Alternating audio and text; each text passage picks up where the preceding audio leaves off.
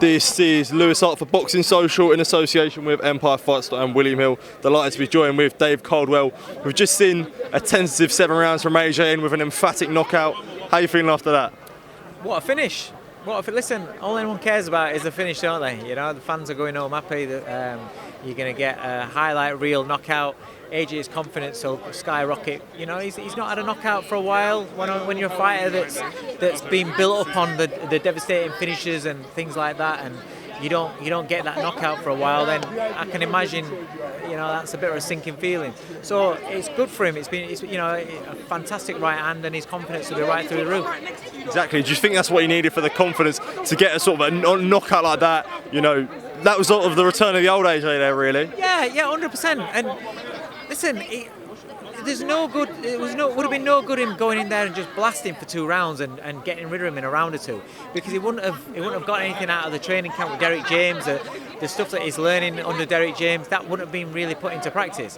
You can see there that he's thinking about what he's doing, and he's thinking his way through the fight, trying to set traps, trying to get Helenius to walk onto things, which is a little bit different to what we normally see with AJ. And he got the result that he was looking for. So, you know, he'll be happy with that.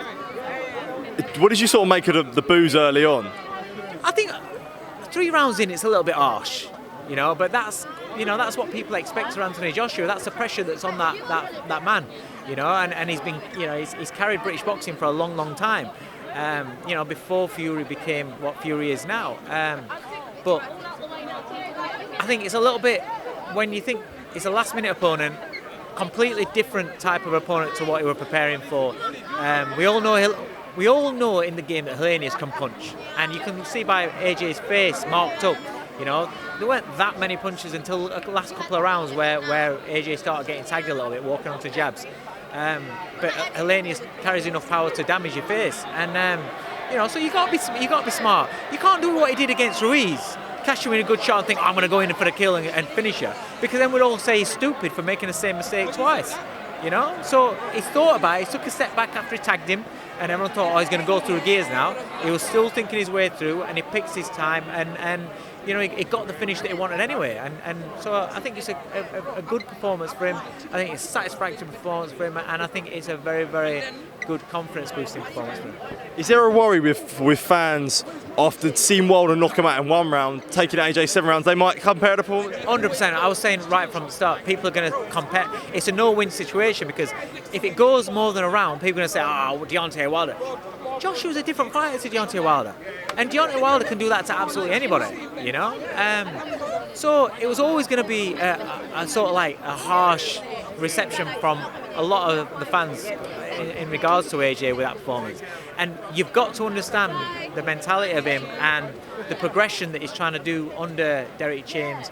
Listen, if Derek James had said to him, go out there and just get rid of this guy, he wouldn't have been a very intelligent coach, because he knows he's going to the Deontay Wilder fight anyway.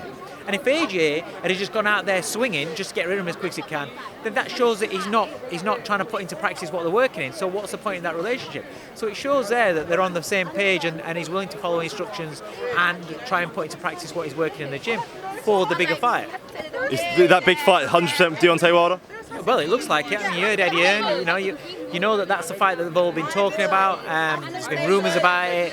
Sounds like it's all done for, I think, January. So whether they get a fight in between beforehand, I don't know. But yeah, that looks like that's going to be the next fight, or very, very soon. So, Dave, thank you for your time. Always appreciate it. Always good to catch up with you, mate.